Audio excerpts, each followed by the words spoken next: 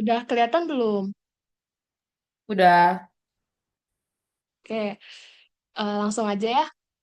Karena yang terakhir dibahas itu intangible asset, mungkin karena masih anget-anget dan mungkin butuh proses lebih gitu. Jadi aku bakal bahas dulu awalnya intangible asset. Nah, intangible asset itu apa?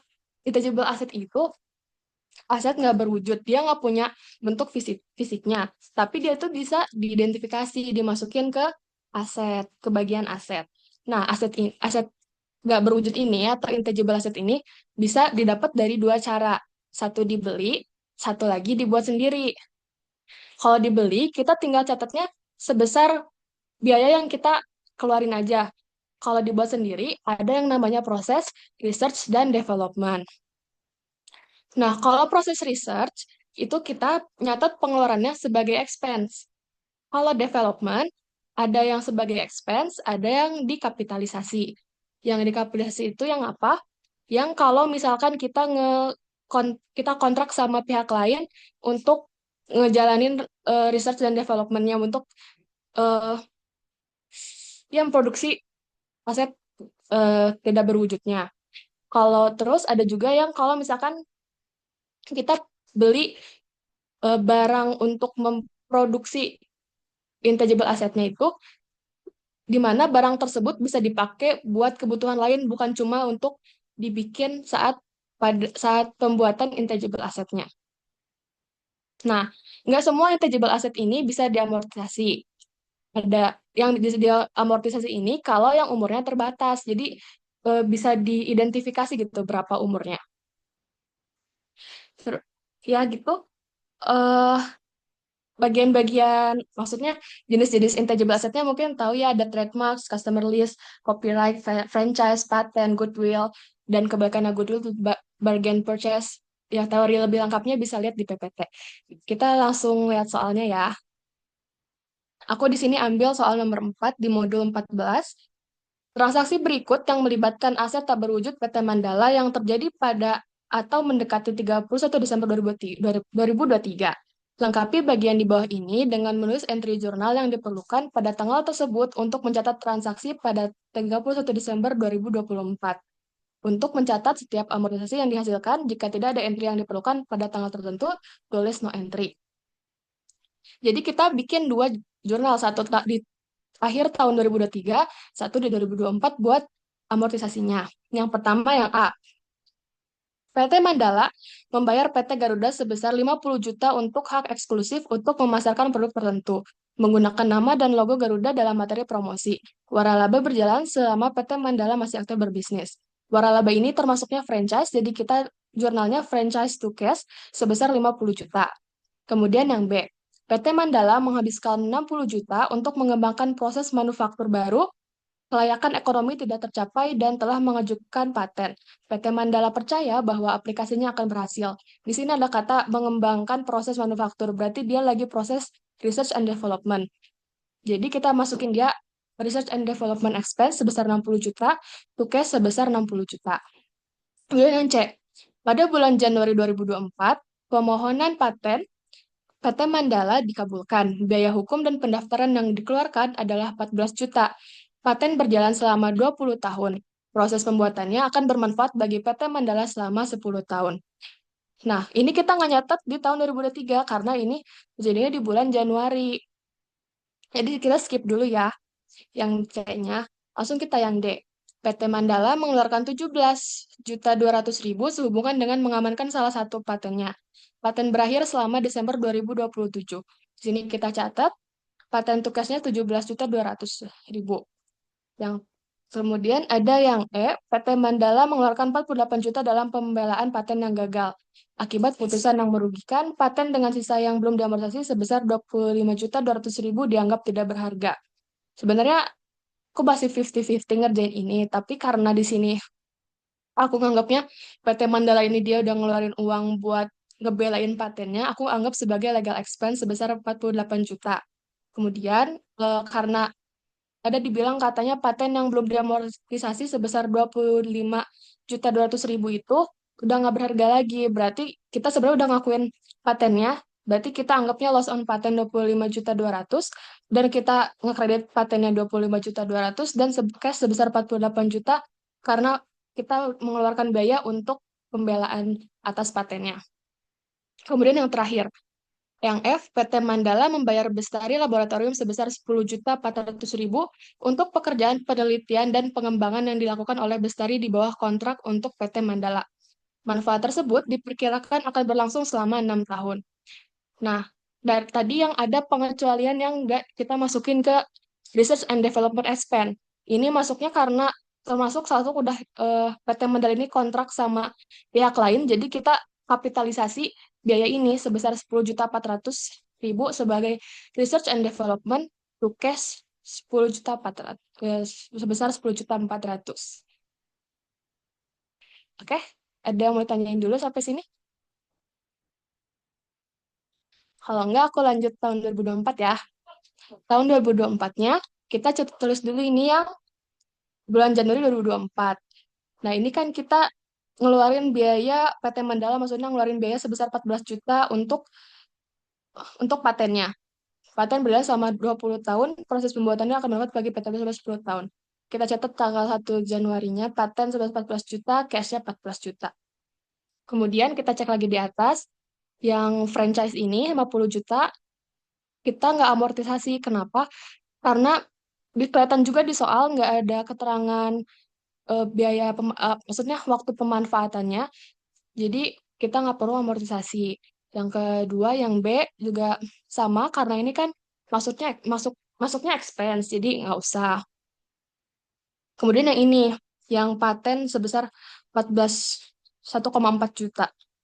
Yang ini yang nomor C yang bulan Januari tadi, caranya tinggal ini ya, 14 juta dibagi masa manfaatnya. Ini kan ada dua ya, 20 tahun sama 10 tahun. Kita pilihnya yang paling kecil aja, yang sebesar 10 tahun. Jadi 14 juta dibagi 10, 1,4 juta. Kemudian yang amortisasi yang sebesar 17.200.000, ini kan sampai 2027. Sedangkan PT Mandala ini belinya akhir tahun 2023.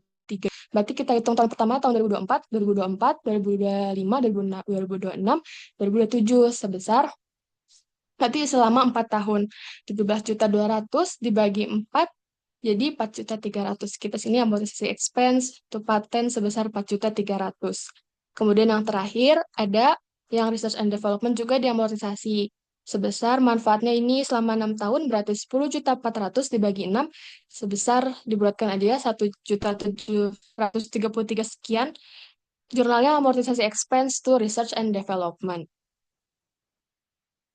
Gitu soal nomor 4. Ada yang mau ditanyain? Kalau nggak ada, jempol-jempol.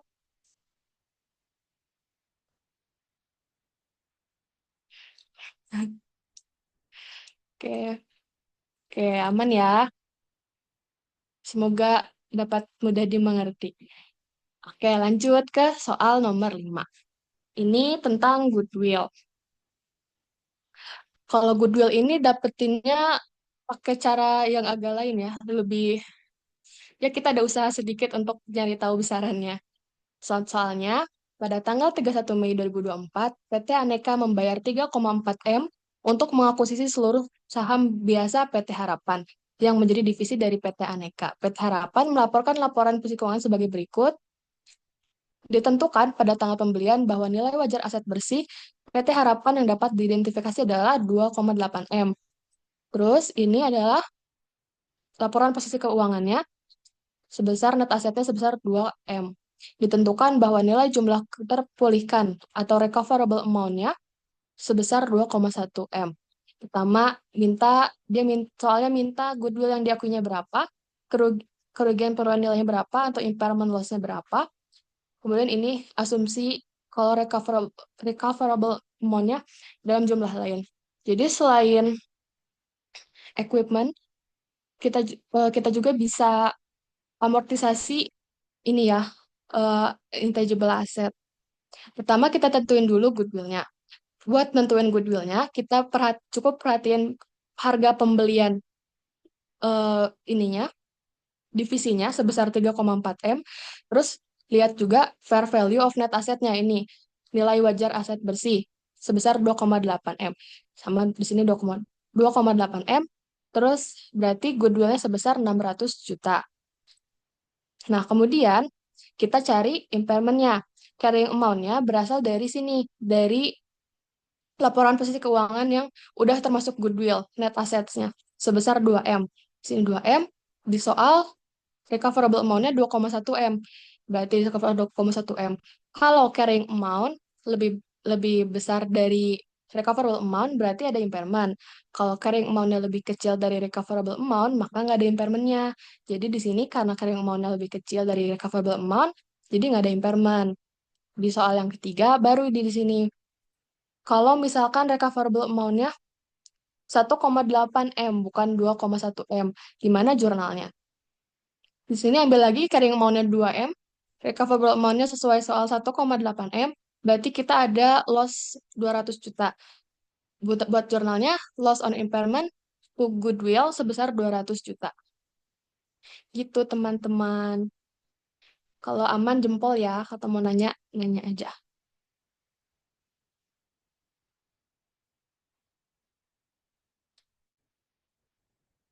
Jempol.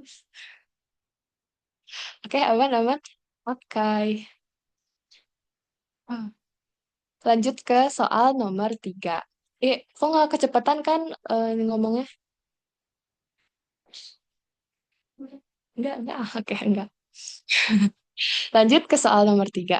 Di bawah ini disajikan informasi terkait hak cipta atau copyright yang dimiliki oleh PT Musik Indo per 31 Desember 2023. Ada cost-nya 270 juta, carrying amount-nya 235 juta, recoverable amount-nya 150 juta. Asumsikan PT Musik Indo akan terus menggunakan aset ini di masa mendatang. Pada tanggal 31 Desember 2023, hak cipta atau copyright tersebut memiliki sisa masa manfaat selama 5 tahun. Pertama, ayat jurnal kalau ada impairment. Yang kedua, ayat jurnal kalau ada buat jurnal amortisasinya. Yang ketiga, kalau recoverable amount-nya jumlahnya beda. Pertama, kita cari lagi kayak tadi, carrying amount-nya versus recoverable amount-nya mana yang lebih besar. Carrying amount-nya lebih besar berarti ada impairment. Selisihnya sebagai loss on impairment untuk copyright sebesar 85 juta. Nah, kalau udah gini, berarti nilai nilai copyright kita tuh sebesar 150 juta. Jadi kita cukup untuk nyari amortisasinya, cukup di sini nyantumin 150 juta dibagi sisa umurnya 5 tahun sebesar 30 juta. Jadi amortisasinya sebesar 30 juta, ya sebesar 30 juta dengan catatnya copyright amortization expense to copyright. Nah, yang ketiga, kalau misalkan carrying recoverable amount-nya 160 juta. Di sini kita cari dulu carrying amount-nya. Kan di sini tadi nilai copyright kita sebesar 150 juta. Udah ada amortisasi sebesar 30 juta. Berarti 150 juta dikurangi 30 juta, carrying amount kita ada 120 juta. Nah, carrying amount 120 juta versus recoverable amount 160 juta. Ini kan carrying amount-nya nih lebih kecil, recoverable-nya lebih besar, maka nggak ada impairment. Jadi kita nggak perlu jurnal. Segitu intangible asset, pembahasan soalnya. Ada yang mau ditanyain?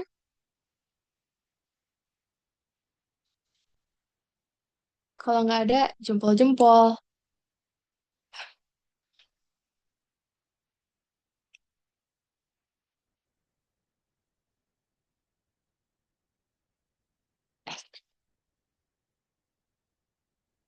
Alhamdulillah, ya. Nice. Oke, lanjut ke materi berikutnya. Oke. Lanjut ke akun receivable. Kayaknya awal-awal masuk semester 2 ini bikin pusing banget ya, akun receivable. Ya, aku mungkin bisa jelasin pakai bahasa bayi lah ya, biar nggak pusing. Apa sih kalimat allowance for the full account ini? Jadi, mungkin bahasa formal ini cadangan atau nominal dari akun receivable yang kemungkinan nggak akan dibayar. Kalau mungkin di kehidupan nyata, contohnya, misalkan Aisyah jual permen. Ada 5 anak yang beli permen ke Aisyah. Nah, tapi mereka semua ngutang. Terus Aisyah mikir, kayaknya ada deh satu anak yang nggak akan bayar utangnya. Nah, si satu nominal dari satu anak ini yang bisa kita sebut sama allowance for the full account. Kayak gitu. Kita lihat soalnya ya, soal nomor 2. Pertama, neraca saldo PT Berkas sebelum penyesuaian pada tanggal 31 Desember 2024 adalah sebagai berikut. Akun receivable di debit 200 juta, allowance for double account-nya 5 juta, sales all on credit-nya 1,5 miliar. Wow. Sales return and allowance-nya 80 juta. Diminta, buatlah jurnal untuk mencatat penyisian piutang tidak tertagih allowance for the full account jika diasumsikan kalau AFDA-nya itu 5% dari gross account receivable dan 10% dari penjualan kredit net. Nomor 2, jika diasumsikan seluruh informasi untuk poin 1A adalah sama, kecuali saldo allowance for the full account per 31 Desember 2024 adalah 3 juta, di sisi debit buatlah jurnal yang diperlukan. Hasilnya dua, dari gross account receivable sama dari penjualan kredit. Nah, di sini aku bikin notes-nya. Kalau saldo AFDA yang kita dapat dari hasil presentasi dikali akun receivable gross, hasilnya itu adalah nominal AFDA yang emang totalnya kita punya. Kalau dikalinya dari persentase dikali sama net credit sales, hasilnya itu emang jumlah yang harus kita catat. Jadi kita langsung catat, nggak usah disesuaikan lagi. Langsung ke soalnya. Yang nomor A, 5% dari account receivable. Account receivable totalnya adalah 200 juta. AFDA yang harus dilaporkan 5%, 5% dikali 200 juta sebesar 10 juta. AFDA yang tercatatnya 5 juta. Berarti mungkin bisa aku tulis di sini ya. Ketik maksudnya. Sini kita ada, ini kreditnya lah ya. Ini kita udah nyatat 5 juta. Sedangkan kita mau ini hasilnya jadi 10 juta. Berarti kita harus nambah di sini sebesar 5 juta, biar nanti total AFDA kita 10 juta. Jadi 5 juta ini sebagai adjustment-nya, biar total AFDA kita jadi 10 juta. Nah, jurnalnya bad debt expense to allowance for the full account sebesar 5 juta. Terus, yang 10% dari net credit sales.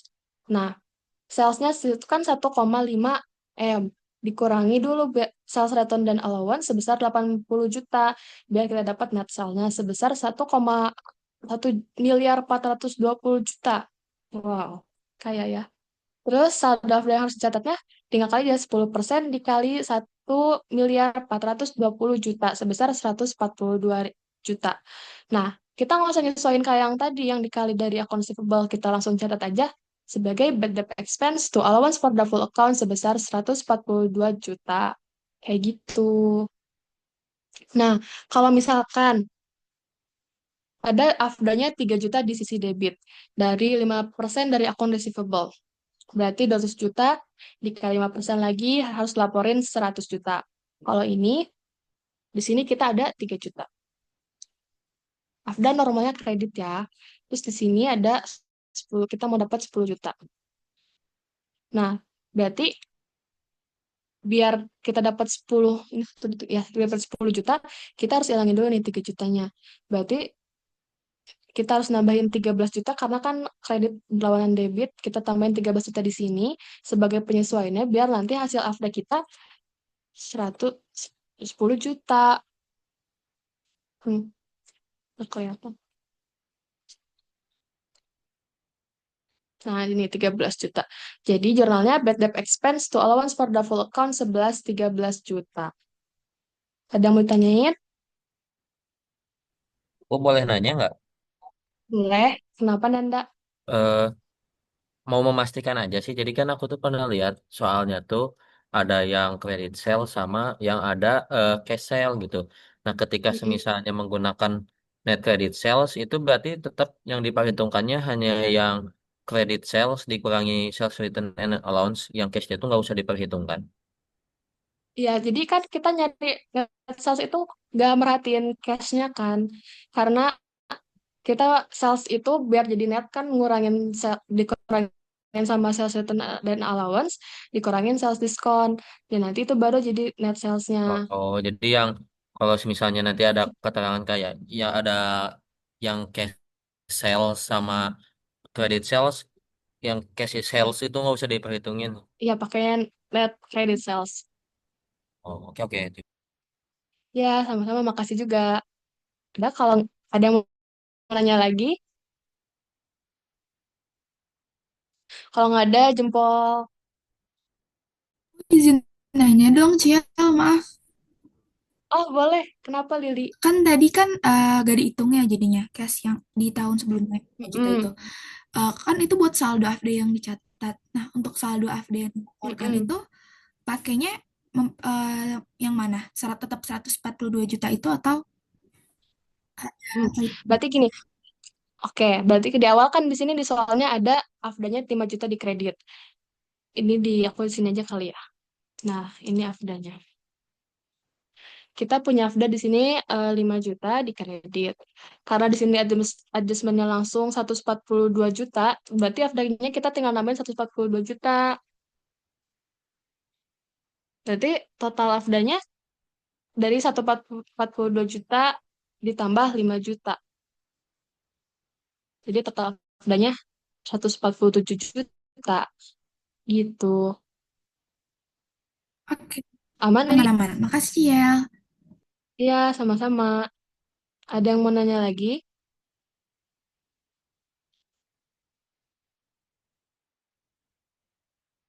Kalau nggak, kalau udah jempol aja ya. Kita lanjut lagi.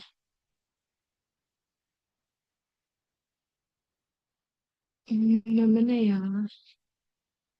Referensi. Udah, aku lanjut ke soal 4 ya. Soal selanjutnya. Ini tentang penjualan piutang. Ada yang pakai, ada yang with recourse sama ada yang without recourse. Dengan jaminan tanpa jaminan. Bahasa bayinya gimana? Kalau misalkan pakai jaminan, misalkan tadi Ais punya piutang. Terus Ais tuh butuh uang atau butuh uang gitu. Jadi aku datang buat beli piutangnya Ais. Terus aku bilang ke Ais, Ais tenang aja, kerugiannya aku yang tanggung. Jadi orang-orang yang punya utang ke kamu, kalau nggak bayar nggak apa, itu nasib aku. Aku bilang itu kalau pakai jaminan. Kalau nggak pakai jaminan, aku bakal bilang ke Ais, kerugian kalau misalkan piutangnya nggak ada yang bayar, Ais yang tanggung jawab ke aku ya. Jadi Ais yang harus nutupin orang-orang yang nggak bayar utangnya, kayak gitu. Nah, nyatetnya ada karena kayak gitu konsepnya, pencatatannya ada dua.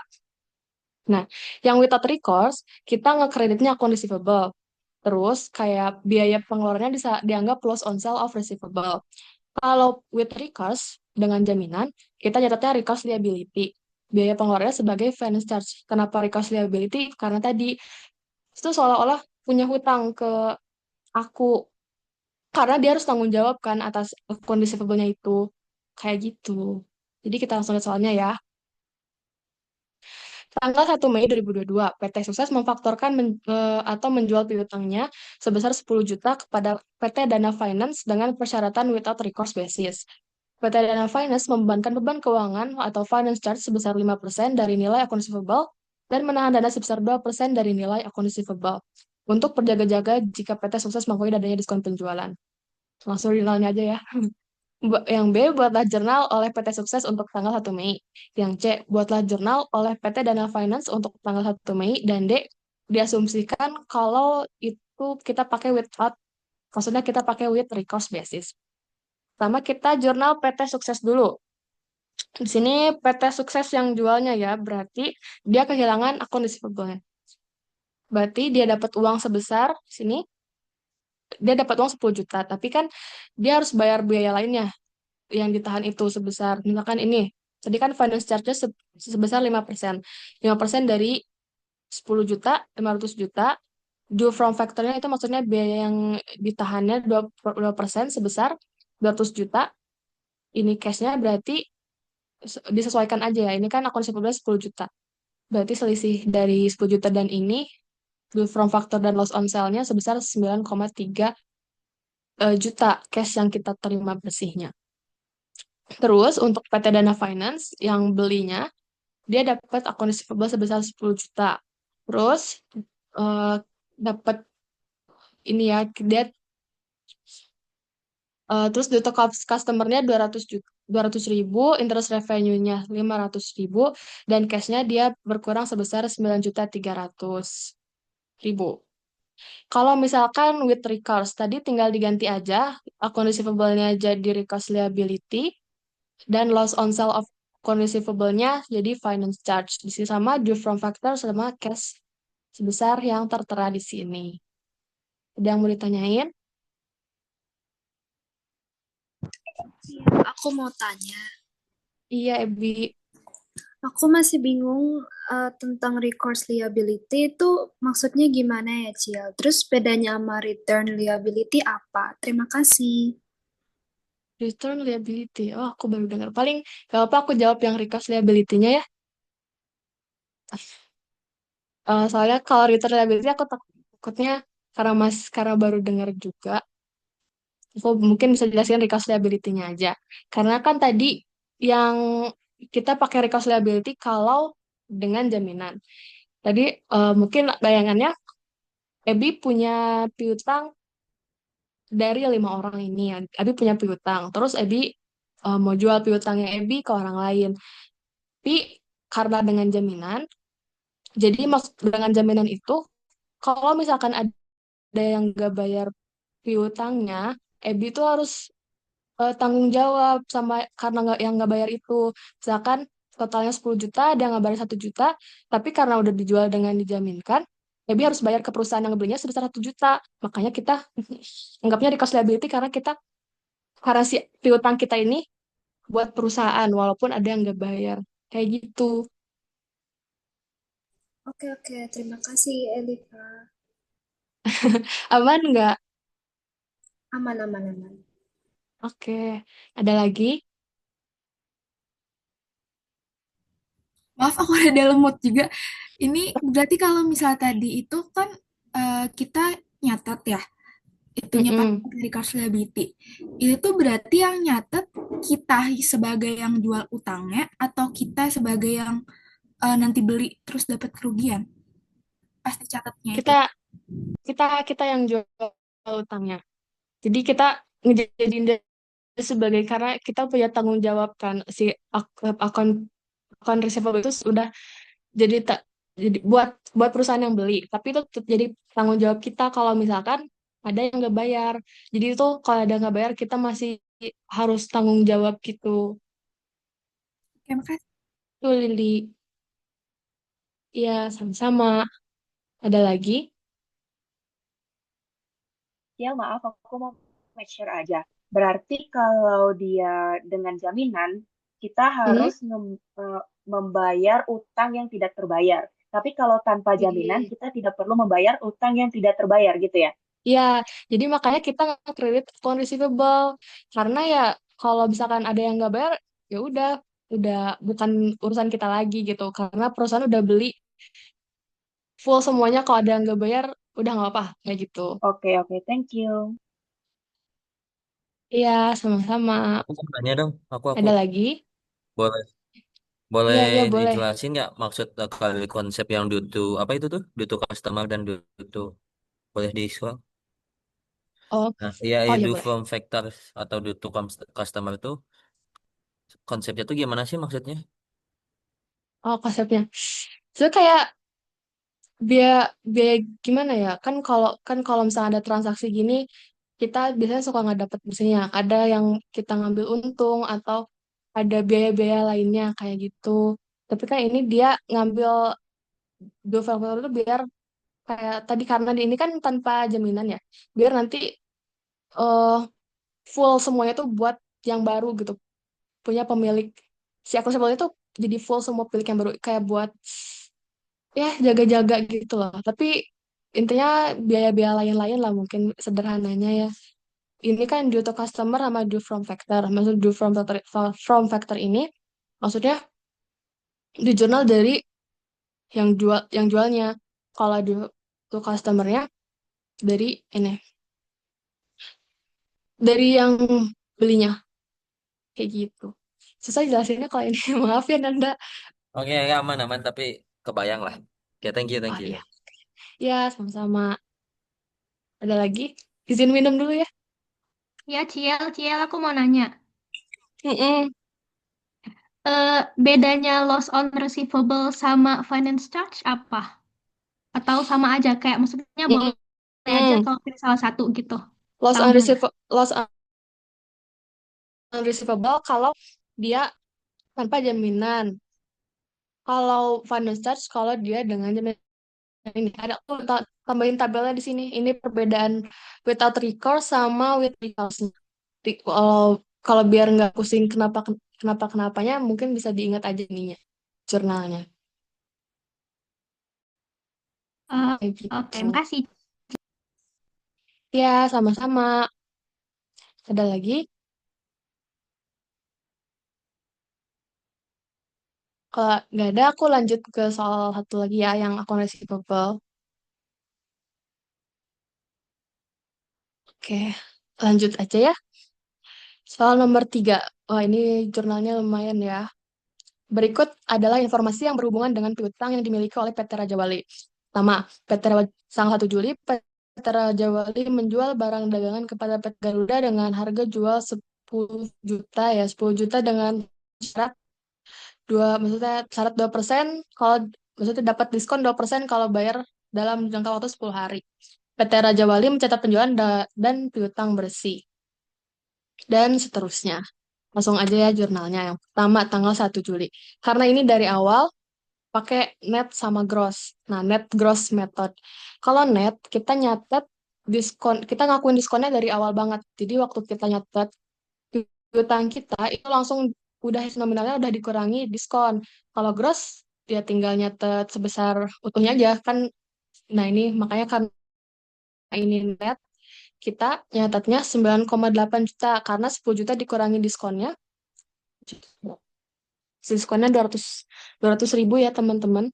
Jadi kita nyatetnya 9,8 juta. Nah, karena dari awal dia nyatetnya net, itu harus konsisten semuanya berdasarkan kalau jurnalnya net. Kayak gitu. Jadi tanggal 5, piutang usaha sebesar 12 juta dijual kepada Merdeka Finance tanpa jaminan dengan biaya pembiayaan sebesar 9%. Uang tunai diterima untuk hasil penagihan ditangani oleh perusahaan pembiayaan. Nah, ini kan jual piutang ya, eh, tanpa jaminan without recourse. Berarti di sini cashnya 12 juta, Nah, ini lewat ini ya, maaf. Baca lagi ya. Ada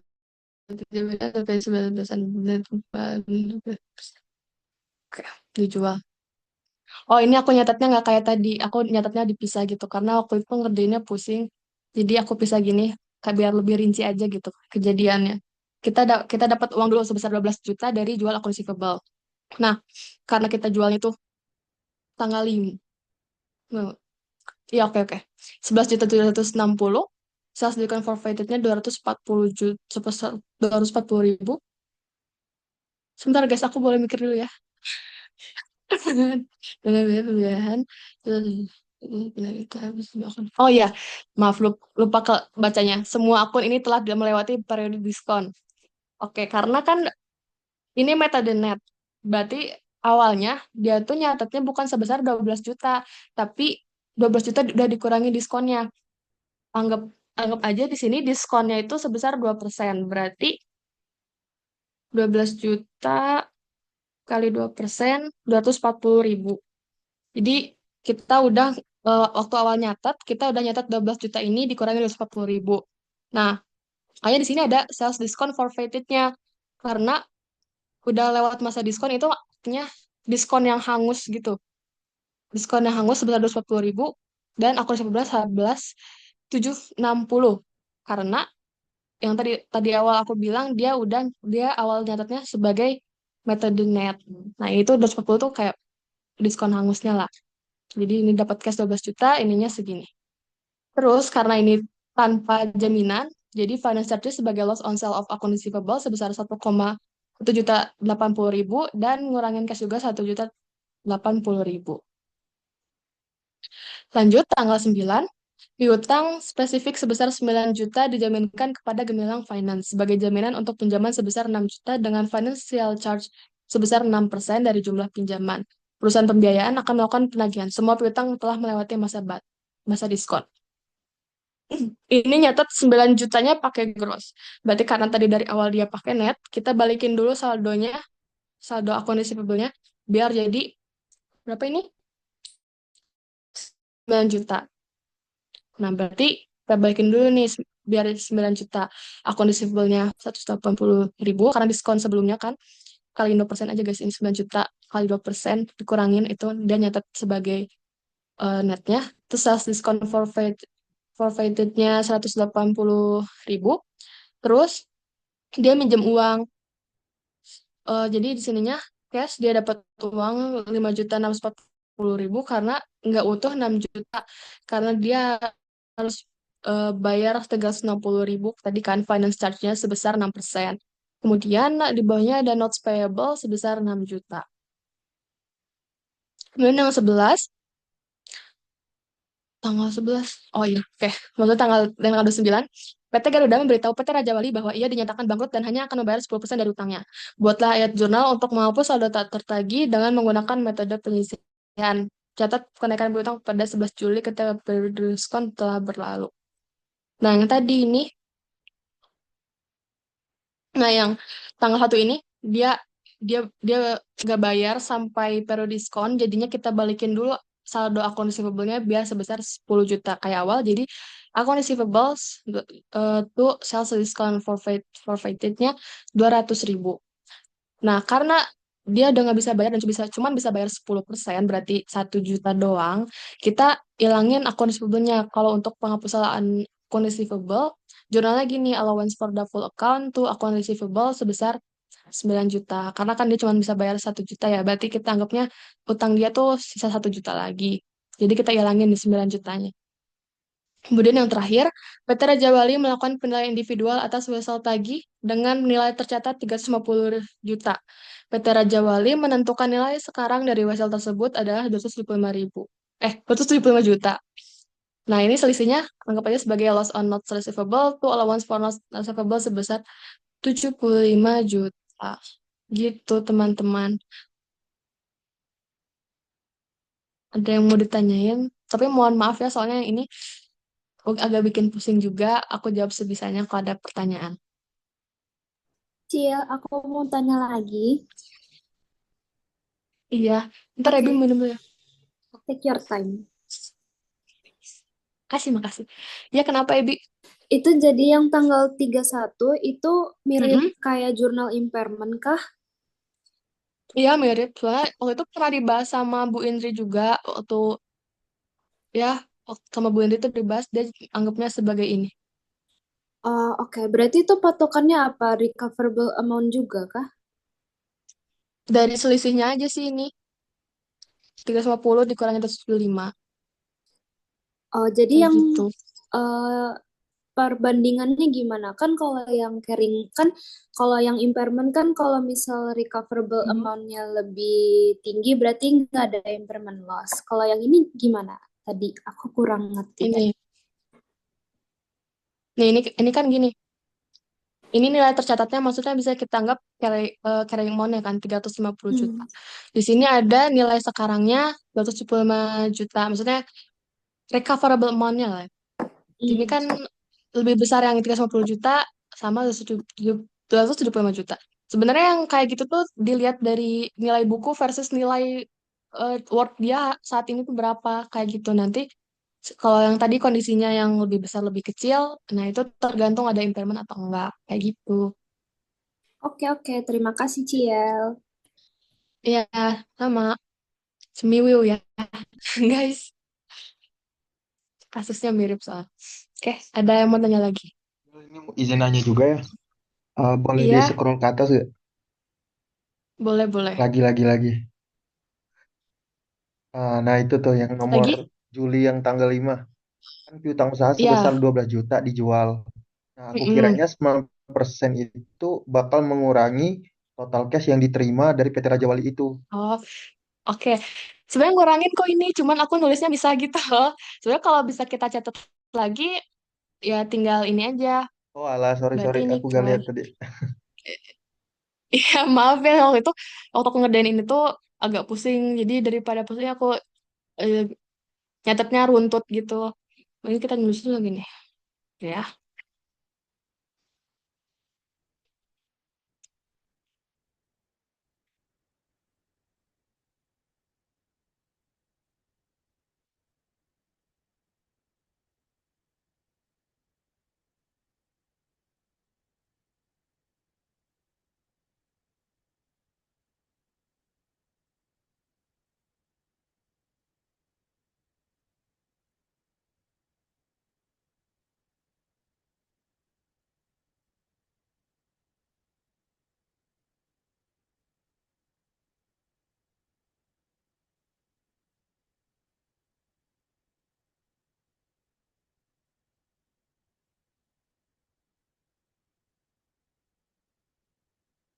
Oh, ini kelebihan ya?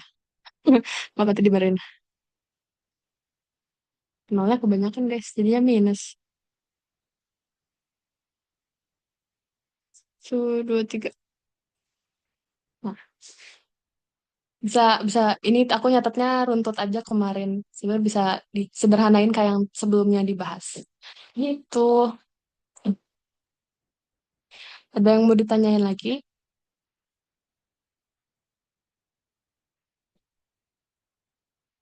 Kalau udah, kita lanjut ke Oh iya, ini hmm, juga mau nanya, berarti kayak kalau dari awal tuh penentuannya dari tanggal awal ya, kalau penghitungannya tuh pakai net method atau gross method gitu. ya. Jadi harus konsisten dari awal dia pakai net sampai mati pun pakai net. Kalau pakai gross ya pakai Oh gross gitu alah. sampai akhir. Iya, konsisten Oh guys. dan udah jadi ketentuan umum ya kalau diskon itu Iya, rata-rata 2% gitu.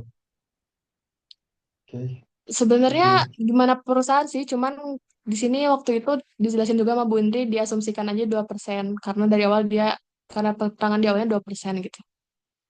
Kalau di soalnya ada keterangan lain, pakai yang keterangan lain itu. Tapi kalau nggak ada, pakai acuannya aja. Gimana perusahaannya? Gitu. Oke, makasih. Iya, sama-sama. Ada lagi?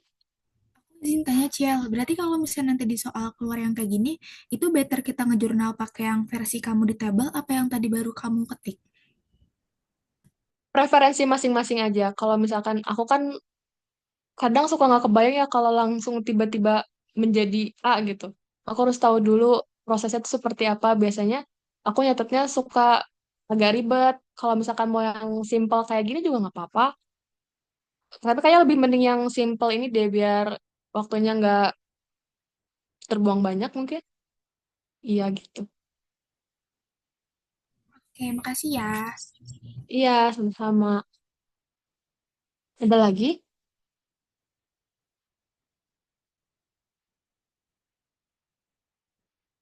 Kalau nggak ada, aku mau lanjut ke PPE, Property Plan and Equipment. Kalau nggak ada, lanjut ya. Oke, PPA. Ini bakal bahas, langsung baca soalnya aja ya, biar langsung jelasinnya saat itu juga. Nggak kelihatan soalnya, kita zoom dulu. Nah, di awal tahun 2022, PT Dahaka bekerja sama dengan Raja Konstruksi untuk merancang dan membangun produk pabrik baru yang lebih modern. Konstruksi dimulai pada 1 Juni 2022 dan selesai pada 30 Desember 2022. PT Dahaka melakukan pembayaran kepada Raja Konstruksi selama tahun 2022 dengan rincian sebagai berikut. Ini bayarnya untuk membantu membiayai pembangunan. PT Dahaka melakukan hal-hal berikut selama tahun 2022. Pertama, menerbitkan obligasi 300 juta waktu 10 tahun, 9% diterbitkan pada nilai nominal 31 Mei 2022 dengan bunga dibayarkan setiap tahun pada tanggal 31 Mei. Menerbitkan 1 juta lembar saham biasa tanpa nilai nominal. Diterbitkan dengan harga 1.000 per lembar saham pada 1 Oktober 2022. Selain utang obligasi, 9% satu-satunya utang yang belum dibebas selama tahun 2022 adalah notes payable sebesar 75 juta, 12% tertanggal 1 Januari 2018, dan jatuh tempo 1 Januari 2028 dengan bunga dibayarkan setiap tahun pada 1 Januari. Kalau ini mohon maaf banget, aku nggak bener-bener talk gitu loh, menurut pemahaman aku ya.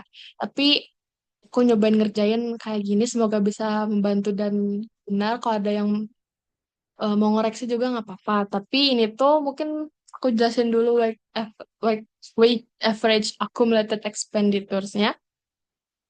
Ini tuh maksudnya pembagian atau pengalokasian biaya dalam membangunnya gitu loh. Jadi kita tuh ngeluarin biaya berapa aja buat ngebangun eh ya ngebangun ya ngebangun propertinya lah, ngebangun pabriknya. Pertama kita ini dulu ya, nentuin dulu weight average bla bla WAAE. Oke. Pertama terus dulu 1 Juni 2022. Pembayarannya 360 juta. Sini 31 Agustus 2022 sebesar 540 juta. 30 Desember 2022 450 juta. Nah, ini kapitalisasi periodenya. Kepake gitu uangnya berapa. Di sini dia dari tanggal 1 Juni. 1 Juni berarti dia udah kepake dari ini berapa 1 Juni 2022 Juni sampai Desember ya, Juni Juli Agustus September Oktober Desember. Juni Juli Agustus September Oktober Desember. Ya karena dari 1 Juni berarti di Juni itu kita hitung satu utuh ya. Jadinya 7 bulan, 7/12 dikali jumlah ininya pembayaran 360 juta, jadi 210 juta. Tanggal 31 Agustus 540 juta. Karena 31 Agustus ngitung kapitalisasinya dari September. Karena kan ini akhir bulan ya 31 Agustus.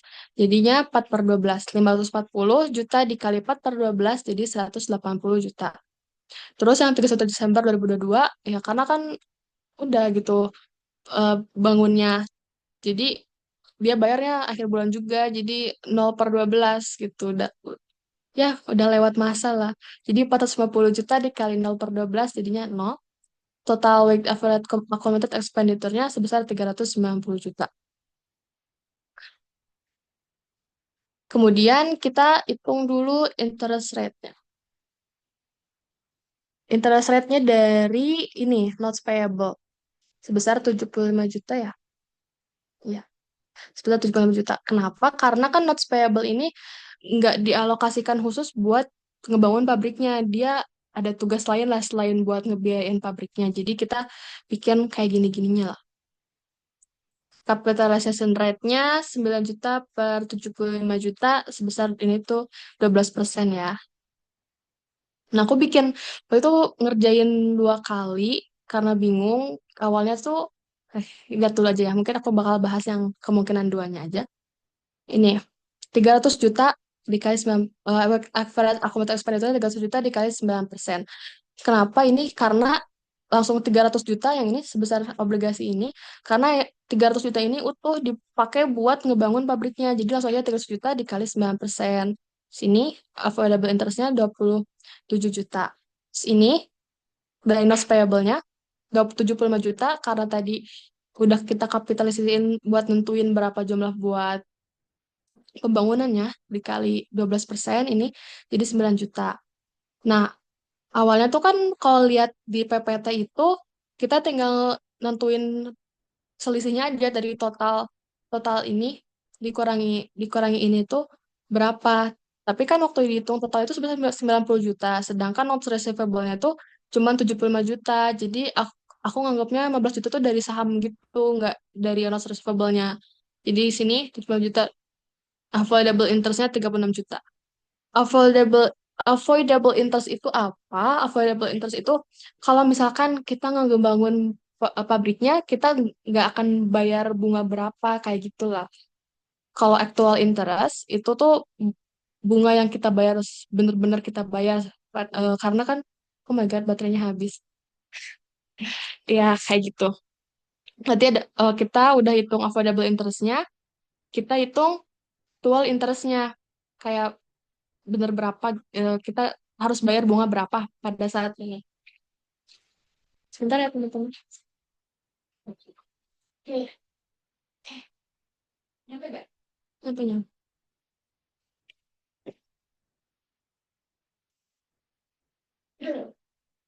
Nah, udah. Oke, lanjut lagi. Nah, buat eh, nentuin yang dikapitalisasinya berapa, tinggal pilih aja yang nominal paling kecilnya gitu antara avoidable interest sama actual interestnya. Karena di sini sama ya tinggal 36 juta aja yang dikapitalisasinya. Kayak gitu. Maaf ya belibet ini soalnya tadi ada yang mau ditanyain.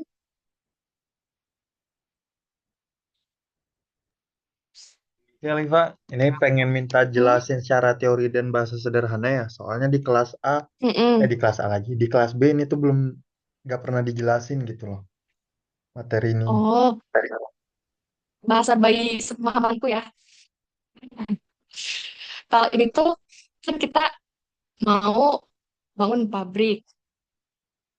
Nah, terus kita tuh kan pasti pas bangun itu tuh ngeluarin biaya, ngeluarin biaya, ngeluarin biaya. Nah, di situ maksudnya dia 1 Juni itu dari 1 Juni nge, ngeluarin biaya 360 juta.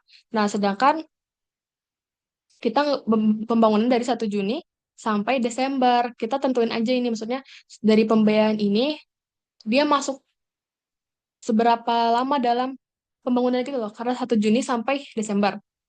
Kita ngeluarin uang 360 juta. Berarti kita ngeluarin itu tuh sampai bisa nyampe sampai Desember. Kalau Agustus itu kan dari akhir Agustus. Berarti dari September kita ngeluarin uangnya tuh si September tuh bisa kepake sampai Desember kayak gitu. Jadi kayak biaya pengalokasian biaya kita dalam membangun pabriknya. Nah, tapi kan eh, kita ngasih kita ngeluarin biaya itu pasti dapatnya dari mana aja? Salah satunya dari utang. Nah, dari utangnya ada hutang yang khusus buat pembangunan, sama ada hutang yang memang kita ngutang, tapi biayanya ada sedikit di semua buat pembangunannya gitu.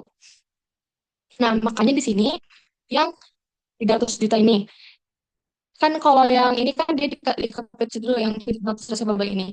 Kalau ini tuh yang 300 juta, yang nomor satu ini, dia langsung dikasih 9% karena ya dia tuh emang ditakdirkan khusus untuk membangun pabrik gitu. Kalau yang not receivable kita harus ada kapitalisasinya karena dia itu kegunaannya bukan cuma buat bangun pabrik, tapi buat hal-hal lain juga. Makanya perlu bikin kayak kita tentuin kapitalisasi rakyatnya dulu buat pengalokasian untuk bangunnya berapa. Ini kayak setang dia tuh pinjem uang karena pengen ngebangun, terus harus bayar bunganya, dan ini tuh bunga yang disebabkan karena bangunannya gitu.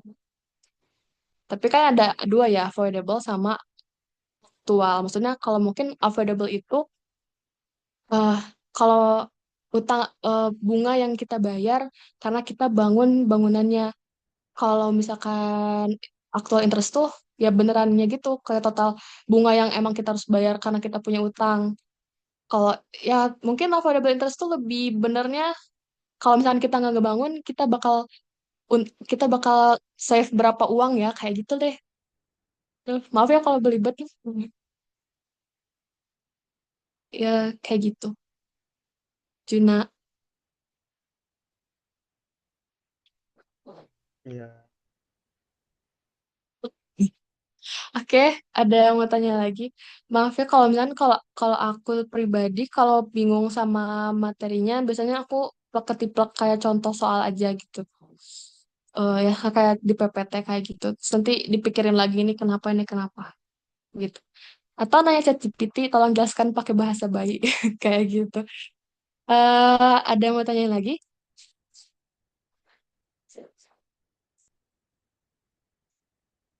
Kalau udah mau lanjut ke soal selanjutnya.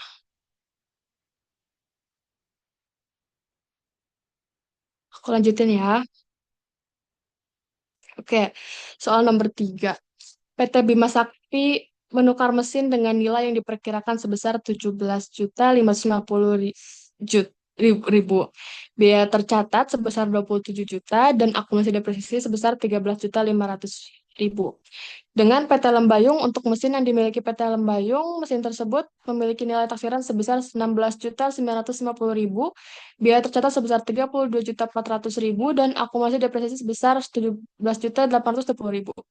PT Lembayung juga memberi PT Bima Sakti uang tunai senilai 600.000 sebagai gantinya. Yang pertama, jurnal untuk kedua perusahaan jika perusahaan tersebut memiliki substansi komersial. Yang kedua, kalau nggak punya substansi komersial. Maksudnya itu kan substansi komersial. Kayak kita tuh mungkin aja dapat untung atau dapat rugi. Kayak ada hasil yang bisa dapat untung, bisa dapat rugi. Kalau nggak ada substansi komersial itu, ya kita cuma tukeran aja gitu. Kayak gitulah. Ya, yang PT Bima Saktinya. Nah, ini kalau kalau ada substansi komersial dia dapat pendapatan kayak atau loss kayak gitu. Gain on disposal of equipment. Nah, pertama, kita nyatat equipment baru, akumulasi depresiasi yang kita kita ilangin, cash kita dapat berapa, equipment lama kita bye-bye, gain on disposalnya berapa. Nah, equipment barunya kita anggap equipment baru kita dari PT Lembayung itu sebesar nilai nilai taksirannya sebesar 16.950.000. Jadi 16.950.000 di debit, accumulated depreciation equipment-nya yang punya kita 13.500 di debit, dan kita dapat cash sebesar 600.000. Nah, equipment lama kita ilangin sebesar, karena kita nyatet di bukunya kan, eh, nyatetnya sebagai at cost awal belinya sebesar 27 juta, kita ilangi, kita bye-bye, terus selisihnya, ada selisih kan ini, itu dianggap sebagai gain on disposal of equipment. Nah, jadi gini. Kemudian buat PT Lembayungnya, dia dapat ketukaran equipment sama kita, dia dapat equipment kita. Berarti dia nyatat equipment barunya sebesar nilai taksiran kitanya yang awal 17.550 sini. Terus dia juga ngilangin akumulasi depresiasi equipment-nya sebesar yang punya dia 17.820.000 di sini. Terus dia ngeluarin cash sebesar 600.000, equipment lama dia sebesar 32.400.000 di kredit juga, dan selisihnya jadi gain on disposal of equipment-nya 2.370.000.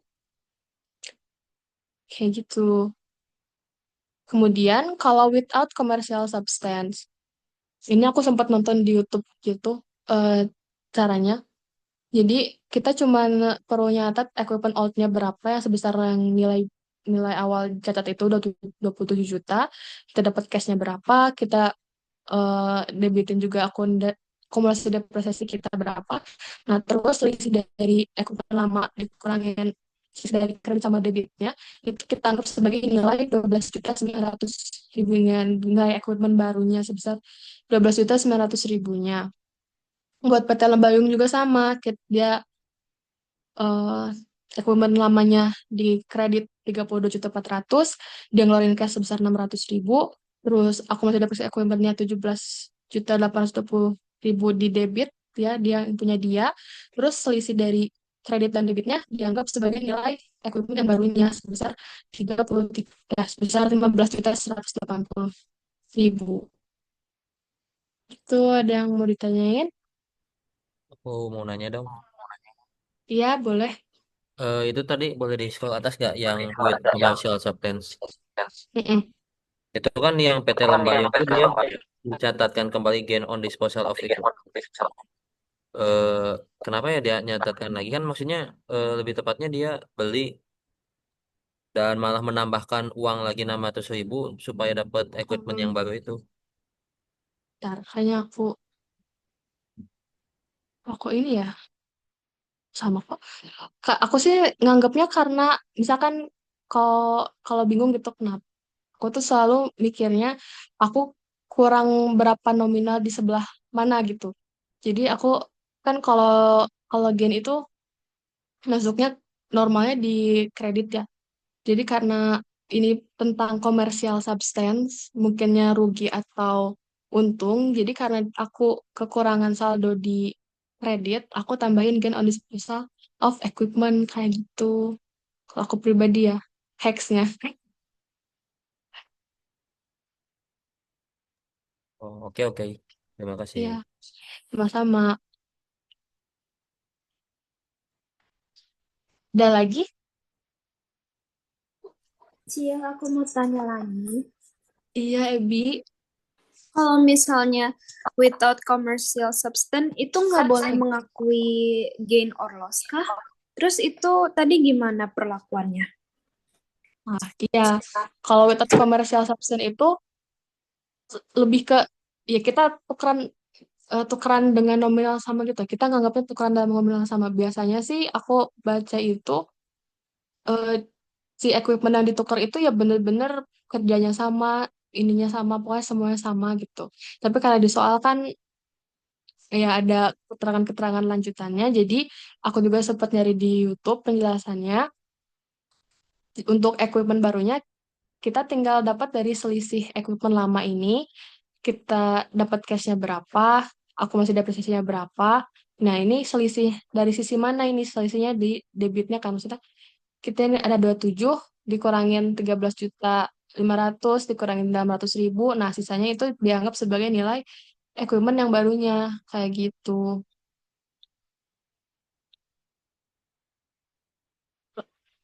Gitu, Epi. Oke, kalau tadi misalnya dia ada gain tapi dia uh, lack commercial substance gimana tadi, Cia? Like, maksudnya? Maksudnya without commercial substance. Oh, ya ini kan karena soalnya mintanya ini yang dianggapnya sebagai nggak ada substansi komersialnya. Jadi aku pernah nonton kalau misalkan soalnya begini tapi minta without commercial substance-nya. Nah, dia nyatetnya gini. Jadi akumen barunya dianggap sebagai akumen barunya tuh nilai selisihnya gitu loh. Oke, Kayak oke. gitu. Terima kasih, Ciel. Iya, sama-sama. Ada lagi?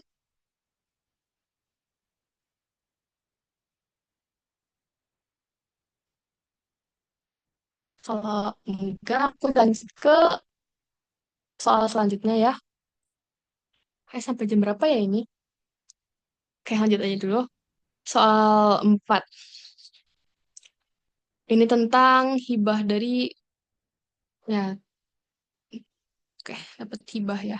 PT Windu menerima hibah dari pemerintah sebesar 160 juta untuk mengakuisisi peralatan laboratorium sebesar 800 juta pada tanggal 2 Januari 2021. Peralatan laboratorium tersebut memiliki masa manfaat selama 4 tahun. PT Windu menggunakan metode penyusun garis lurus. Peralatan laboratorium tersebut memiliki nilai residu 0. Asumsi A, PT Windu melaporkan hibah sebagai pengelolaan aset. Entah itu nilai tercatat peralatan laboratorium pada tanggal 31 Desember 2021, berapa jumlah biaya penyusutan, berapa jumlah pendapatan hibah yang dilaporkan pada tahun 2021. Yang B, kalau dicatat sebagai pendapatan yang ditangguhkan atau deferred grant revenue ya. Ya, berapa saldo akun pendapatan hibah yang ditangguhkannya, berapa jumlah biaya penyusutan terkait, dan berapa jumlah pendapatan hibah yang dilaporkan pada tahun 2021 pada laporan laba rugi. Kalau kita nyatat hibah sebagai pengeluaran aset, pertama kita nyatatkan equipmentnya kita eh, eh, punya dapat tuh sebesar 800 juta. Dan nyatat kayak biasa, debit 800 juta, tukisnya 800 juta. Ternyata kita dapat bantuan dari pemerintah sebesar 160 juta. Nah, berarti kan kita dapat uang ya, cash 160 juta. Terus, karena ini maksud hibahnya buat equipment, berarti nilai equipment dia nggak 800 ribu, nggak 800 juta lagi. Jadi equipmentnya di kredit 160 juta. Depresiasi expense-nya, nah kita cari dulu nilai equipment eh, akhirnya jadi berapa? 800 juta dikurangi 160 juta, 640 juta. Berarti ini nilai equipment kita yang sebenarnya. Didepresiasi, nilai residunya 0, 640 juta dikurangi 0, nilai residunya dibagi masa manfaatnya 4 tahun sebesar 160 juta. Jadi, depresiasi dia per tahunnya 160 juta. Nah, nilai buku equipment-nya di akhir tahun 2021, dia kan awal dapatnya itu totalnya 640 juta. Dikurangi, aku masih depresiasinya 660 juta, jadi nilai ininya 480 juta. Kalau di tahun 2022, berarti udah 2 tahun ya, equipment 640 juta, dikurangi 160 tadi, dikali 2, 360 juta, jadi 320 juta, jadi nilai bukunya 320 juta. Nggak ada pendapatan hibah yang dilaporkan karena kita nyatetnya bukan sebagai pendapatan yang dilaporkan, pendapatan yang maksudnya, pen- ya pendapatan yang ditangguhkan gitu. Maksudnya nggak, kita nggak nyatet sebagai deferred grand revenue, jadi nggak ada pendapatan hibah yang dilaporkan. Kalau nyatet hibah sebagai deferred grand revenue, pertama kita nyatet equipmentnya kayak tadi 800, equipment to cash 800 juta. Nah, si hibah ini kita anggap sebagai deferred grand revenue sebesar 160 juta. Kita dapat ya cash to deferred grand revenue. Kemudian kita nyatet depresiasi expense-nya dan kita ngakuin revenue-nya. Ini lebih ini ya.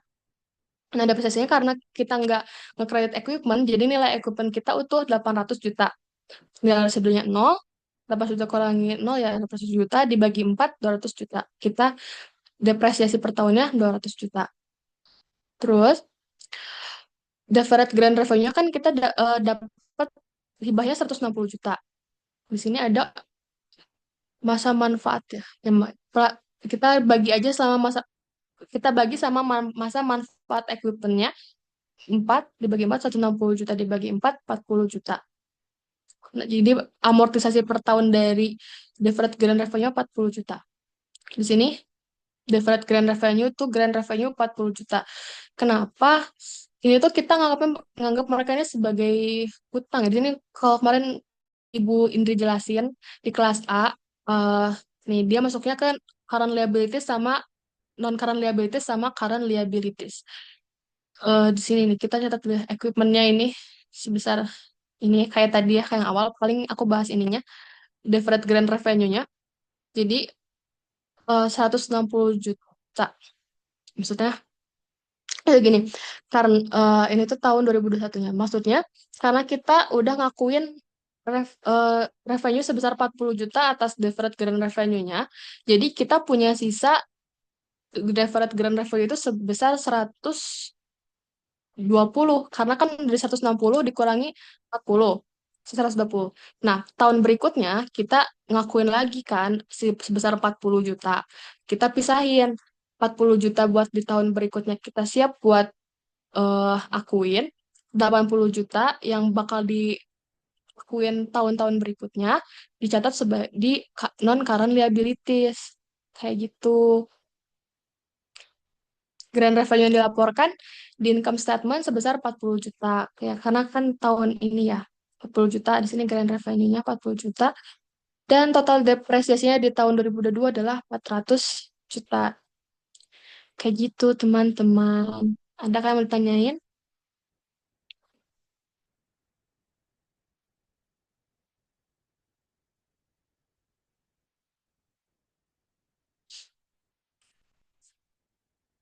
Kalau nggak ada yang ditanyain, aku lanjut ke selanjutnya. Capek, siapa tahu mau minum dulu. Kalau udah, nggak ada yang ditanyain soal ini. Kalau nggak ada, aku lanjut ke depresiasi-depresi.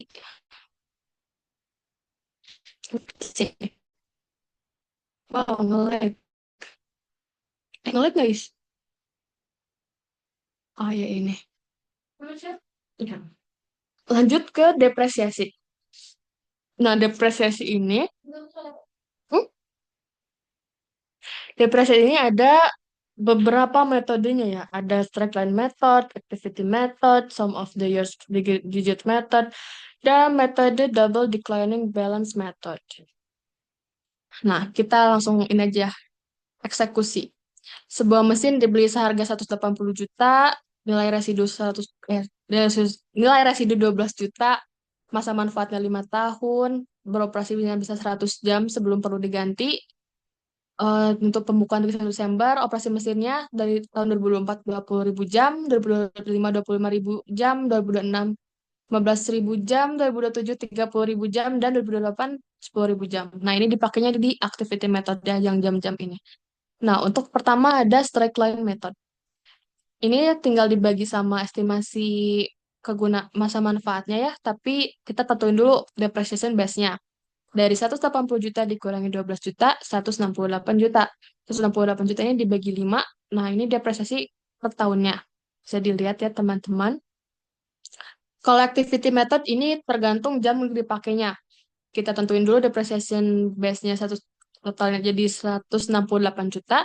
Kita tentuin juga rate per hour-nya berapa. Dari depreciation base 168 juta dibagi total jam sebelum perlu diganti 100 ribu. Jadi 1.680. Tahun 2024 dia dipakai 20 ribu jam dikali 1.680. Nah, ini expense-nya 33 juta sekian, 25 dan seterusnya sesuai keterangan jumlah jamnya. Terus ada sum of the years digit method. Ini tuh ada rumus buat ininya, buat tentuin penyebutnya. N dikali N tambah 1 dibagi 2. Maksudnya masa manfaatnya dikali masa manfaat ditambah 1 dibagi 2. Ini kan masa manfaatnya 5 tahun. Terus dikali 5 tambah 1. Jadi 6, 5 kali 6. Terus dibagi 30 dibagi 2 jadi 15. Jadi ini buat penyebutnya 15. Nah, buat pembilangnya gimana? Tergantung sisa dia bisa bertahannya. Nah, kayak gitu. Kan 2024. Dari awal tahun kan berarti dia masih bisa dipakai 5 tahun lagi. Berarti depreciation fraction-nya, ini kita pakai depreciation base ya. 5/15. Tadi kan penyebutnya kita dapat 15, kita masih bisa dipakai masih masih bisa pakai equipment-nya sebesar selama 5 tahun. Jadi 5/15 dikali dikali aja sama depreciation base-nya sebesar jadi expense per tahun ini 56 juta dan seterusnya nih 54321 kan. Nanti aku share kok nih. Kemudian ada double declining balance method. Kalau ini pakai persentase yang dikali 2. Kalau ini dia pakainya book value, bukan depreciation base. Jadi pakainya 180 ribu dan tergantung book value tiap tahunnya kan pasti ganti-ganti ya. Nah ini, kita tentuin dulu rate-nya. Rate-nya dapat dari mana? Dapat dari ini yang tadi. Yang depreciation yang yang ini yang 168 dibagi 5, 33.600. Jadi di sini 33.600 dibagi 168 dibagi 168 juta. Jadi kita jadiin persenan jadi 20% karena double dikali 2 jadi 40%. Di sini book value awal 180 juta dikali 40% sekian dan sekian-sekian. Nah, di akhir-akhir ini biasanya suka nggak bulat, jadi nggak apa-apa eh, si expense-nya kita selisihnya aja biar biar jadi 168 juta gitu. Nah, kalau periode akuntansinya berakhir pada 30 September, berarti kita pakai ini nih yang kayak partial year gini. Jadi 9/12. Maksudnya ini kita kepake equipment-nya berapa bulan dalam setahun. Kayak gitu. Nah, ini kan kita lihat dulu. Ada lupa ya. 1 Januari. Karena periodenya sampai September. Berarti dari Januari sampai September. Hmm.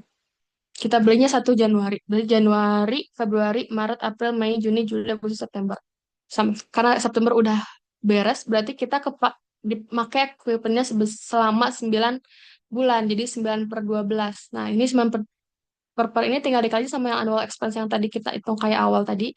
Dikaliin, ini 12/12 karena kita lanjut periode baru dari Oktober sampai September lagi 1 tahun. Dan seterusnya. Di akhirnya ini sisanya ini aja 9 sama 3 kan harus 12 ya. Jadi segini. Sama juga ini kita di eh bikin partial year kayak gini sama bebas. Cuman ini tuh kayak pakai koma-komaan gitu. Jadi dari awal kan kalau sum of the years digit method ini pembilangnya kita dari ini ya sisa umurnya gitu kan. Bisa bisa kepake berapa lama lagi. Jadi 9/12-nya dibagi dulu jadi 0,75 nanti 5 kurangi 0,75 dan seterusnya. Cuma kan karena di endingnya suka nggak bulat, kita pakai selisih aja gitu biar hasil depresiasinya jadi 168 kayak depreciation base-nya. Yang double declining sama intinya cuma nambahin ini sih kayak berapa per apa ya pecahan berapa bulan dia dipakainya kayak gitu. Ada yang mau ditanyain?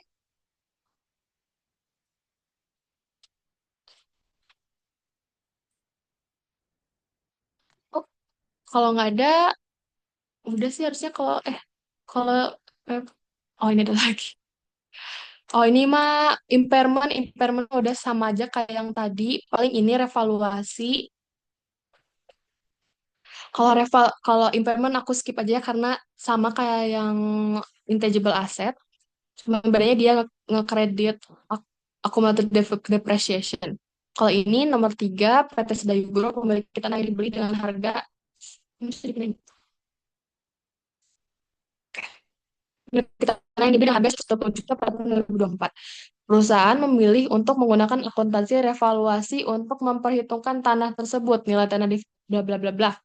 Maksudnya ini kan tanah bisa harganya bisa berubah-ubah ya. Jadi kita nyatetnya tergantung harga yang sekarang gitu. Nah, kayak gini. Awal beli kita 120 juta. Terus tahun 2024 harganya jadi 135 juta. Kita Nah, buat jurnalnya 135 juta dikurangi 120 juta. Nah, ini selisihnya jadi land to unrealized gain of revaluation karena nilai tanahnya bertambah jadi kita anggap gain gitu kan. Nambah juga di nilai landnya. Terus di tahun 2025 ternyata nilai tanahnya nurun jadi 108 juta. 108 juta dikurangi 135 juta jadi negatif 27 juta. Maksudnya ke rugi. Nah, tapi di sini kita ada ngedebit unrealized gain of revaluation. Di sini kan landnya kita berkurang 27 juta. Nah, sebelumnya kan berarti kan kita rugi 27 juta sebenarnya. Tapi sebelumnya kita ngakuin gain sebesar 15 juta. Kita ambil dulu lah saldo gainnya 15 juta, baru 27 juta dikurangi 15 juta sebagai loss on impairment 12 juta. Kenapa kayak gini? Bukannya gain atau loss itu ditutup kan, tapi soalnya kalau di revaluasi ini dia masuknya ada comprehensive income, jadi dia selalu ada gitu. Terus ada lagi yang ini tahun berikutnya nilai jadi 123 juta, terus kemudian awalnya kan 116 juta, dia naik sebesar 7 juta. Di sini lainnya kita debit 7 juta. Nah, recovery on impairment loss-nya karena di sini kan kita sorry ke skip. Enggak kok. Ya, recovery on impairment loss-nya karena kan kita sebelumnya ada loss sebesar 12 juta. Jadi kita nggak wait, kayaknya ini enggak. Ya intinya eh kita perhatiin gitu loh, sebelumnya ada loss atau ada gainnya. Jadi untuk nentuin besarannya kita harus cek dulu kita ada rugi nggak sebelumnya, kayak gitu buat nentuin besarannya. Kayak gitu, udah mau ditanyain?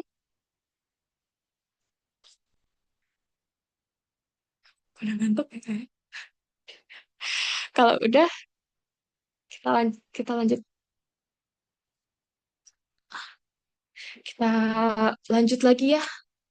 Kayaknya inventory nggak akan aku bahas karena harusnya udah pada hatam ya inventory, kayak soalnya sama kok materinya kayak pengantar akuntansi yang awal-awal itu, kayak periodik, perpetual dan sebagainya. Paling ini LCNRV terakhir teman-teman, bertahan. Nah, di sini itu maksudnya kita perusahaan tuh bisa milih untuk nyatet pakai net realizable value. Ini tuh selisih dari estimasi harga jual dikurangi estimasi cost to sell-nya, atau mau harga costnya gitu, harga price per unit, harga utuhnya gitu, 3.200. Nah, ini bisa dilihat aja ya buat nentuin NRV-nya dari sini. 4.500 dikurangi cost to complete and sell 1.600 dan kayak gini. Nah, kita nyatetnya itu yang loss on inventory write down-nya, bukan yang NRV-nya. Ya, kita kita scroll aja. Mungkin yang ini ya yang allowance aja ini. Ada lagi nih. Sudah dulu. Udah ini terakhir aja yang allowance. PT Dahaka mulai beroperasi pada tahun 2021. Ini maksudnya tahun 2021 dia ada cost 52 juta, NRV-nya ada 48 5 juta, tahun 2022 costnya 61.500.000, NRV-nya ada 58.500.000. Jurnalnya gimana? Nah, kita bisa nge- kita bisa pakai allowance atau kita bisa pakai inventory. Ada dua caranya. Tapi nominalnya beda. Kita tentuin dulu selisihnya. 5 cost selisih NRV 3.500.000. Terus ini ada cost selisih 2022-nya 3 juta. Nah, ada cost of goods sold method sama loss method. Jadi kita nyatetnya anggap sebagai cost of goods sold sama anggap sebagai loss, sebagai kerugian loss due to decline of inventory to NRV. Nah, ini kan selisih tahun 2021 3.500.000, CLGS-nya 3.500.000 di debit. Kalau ini allowance ya, allowance to reduce inventory to NRV-nya 3.500.000. Kalau pakai loss tinggal ganti aja nama akunnya atasnya loss, ininya allowance. Perlakuannya sama kayak allowance for the full account, jadi dia akan selalu ada. Jadi kalau misalkan tahun berikutnya dia jadi 3 juta, kita sesuaiin aja biar allowance-nya jadi 3 juta. Jadi kita tinggal ilangin 500.000 kan. Kita debit allowance-nya 500.000 di tahun 2022 dan dapat recovery of inventory loss-nya 500.000. Sama ini juga, allowance-nya dan recovery-nya. Kalau inventory, kita langsung kredit inventory-nya aja. Jadi sama kayak tadi, debitnya COGS, bedanya bawahnya itu, kreditnya itu inventory sebesar 3.500.000. Untuk tahun 2022-nya, ini kita baru nyatetnya utuh 3 juta, bukan kayak yang allowance 500.000. Jadi kayak gini, sesuai dengan selisihnya. Mungkin segitu aja ya, teman-teman. Ada yang mau ditanyain?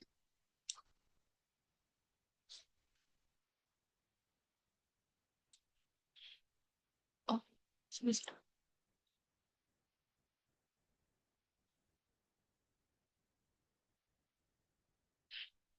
Gimana acara? Oke, mungkin kalau dari teman-teman ada yang pengen ditanyain atau enggak ya? Soalnya masih ada waktu juga sebenarnya.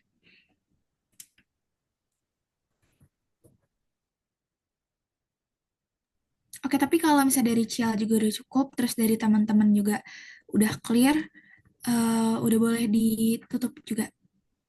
Oh, oke. Ya mungkin udah malam juga dan pasti capek ya. Kalau misalnya mau nanya, chat aku aja nggak apa-apa, nggak gigit. Nggak apa-apa, aku senang kalau ada yang nanya karena kita jadi bisa belajar bareng-bareng.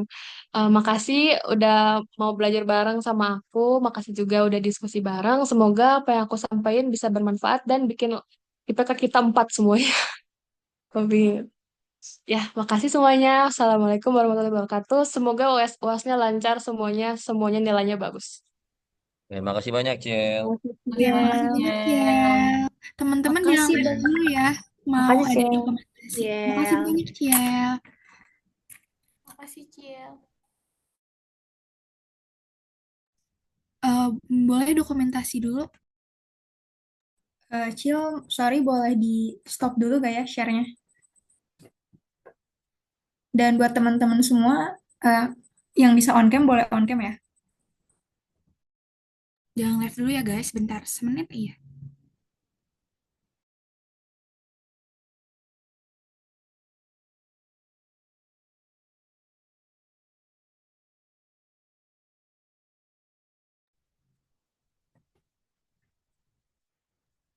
Oke, aku SS ya. 1, 2, boleh ganti gaya juga. 1, 2.